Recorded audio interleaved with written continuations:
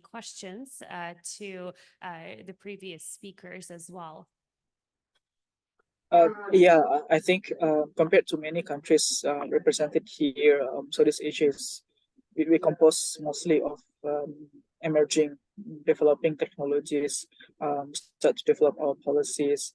Many of those probably have been tried in in Australia, in EU, in Brazil, etc., etc. So maybe just to stand on top of those giants, maybe my question would be like, what would be your lesson learned in terms of building demand response, demand side management, what works, what doesn't work, so that we can build our policies in a better positions. So I think that would be my questions.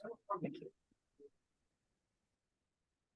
Thank you for the question. And the question is really lessons learned about demand side management. So I would like to see if anyone on the screen would like to take that question first.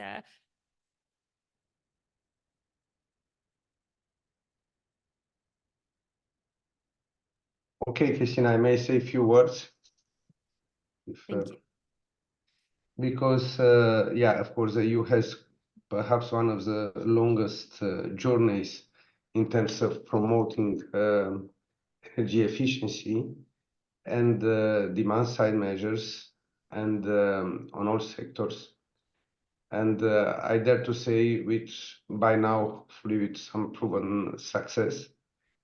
But if it is about lessons drawn, I have to say we have noticed this across member states, and perhaps that's why it's also relevant, because we had to look and to develop measures, to develop initiatives, legislation, but also financing tools for countries which started to move in this field very early, others which started to be interested a bit later, some coming out of an economic crisis, some being in the top 7 developed economies, other being maybe not even in OECD. So if you want, from this perspective, the EU of 27 member states now offered a variety of perspectives on how to promote and how to make energy efficiency and demand measures successful, depending also on the circumstances of the country in question.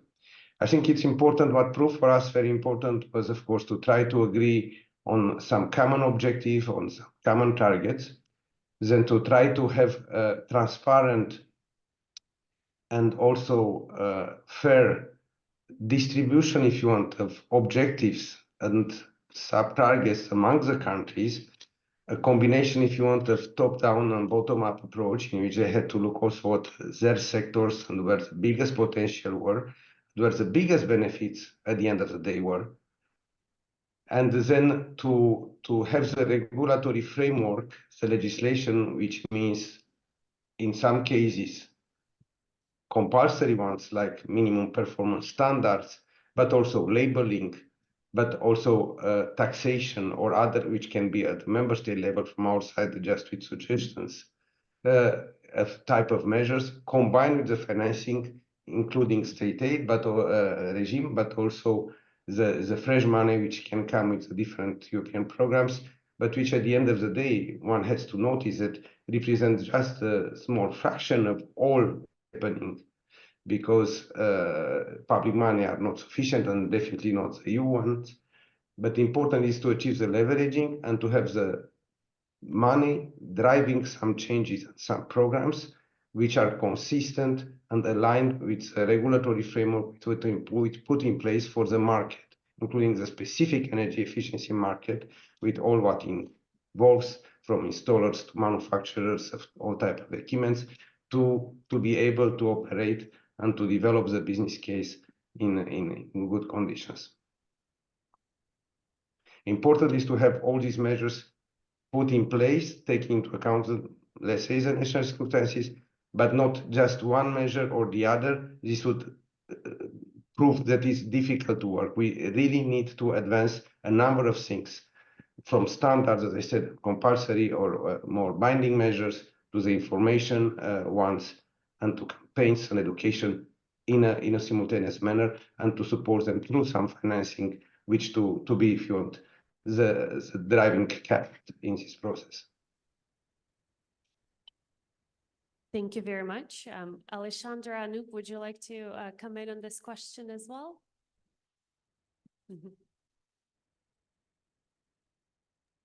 I'm also looking at. Actually, we don't have much to share because we don't have an practical experience on demand side management.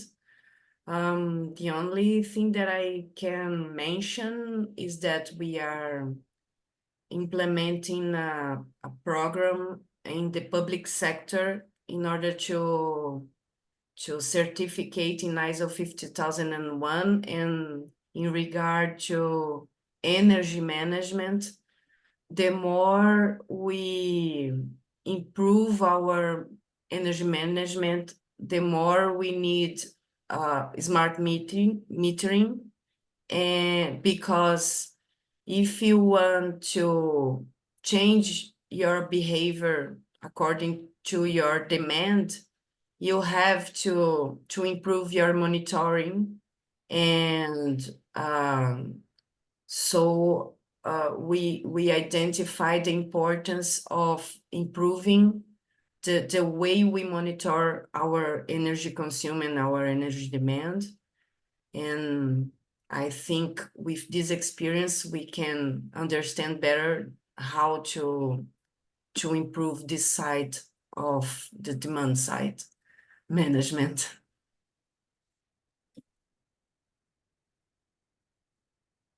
Thank you very much. And now also looking at Anoop and Mr. Tosaka, in case you would like to say a few words. Oh, yes, you do? Okay. Yeah, Yes. for the demand side management. Yeah, in Japan, our most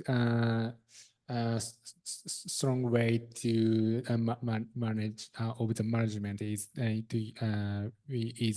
regulation and the Energy Conservation Act, and we have two approaches for the industries and households. And for the industry, we obliged to submit the report of the energy consumption, and if their effort to decrease the energy consumption is not so good, the company cannot use energy conservation subsidies, which is I think our most strong way for the companies. And but on the other hand, for households, actually, we don't have the direct way to manage the energy consumptions, but we are approaching for the household by introducing the more efficient products or appliance, and we by using the as I said, a kind of maps in our country. It is called Top Runner. So this is the way to demand our energy demand side. Thank you very much.